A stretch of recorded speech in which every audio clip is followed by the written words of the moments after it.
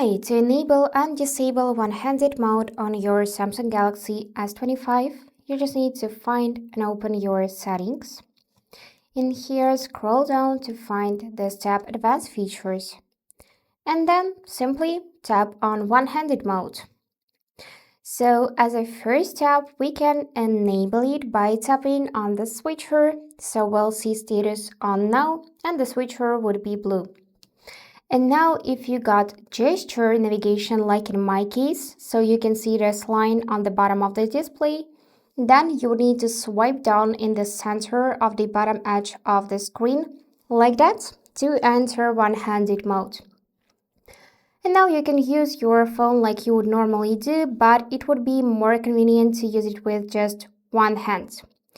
Also, you can move it up a bit or down by dragging this line on top.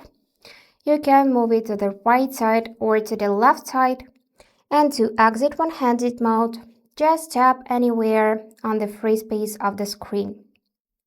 And now to disable it, go back in the same setting and tap on the switcher like that.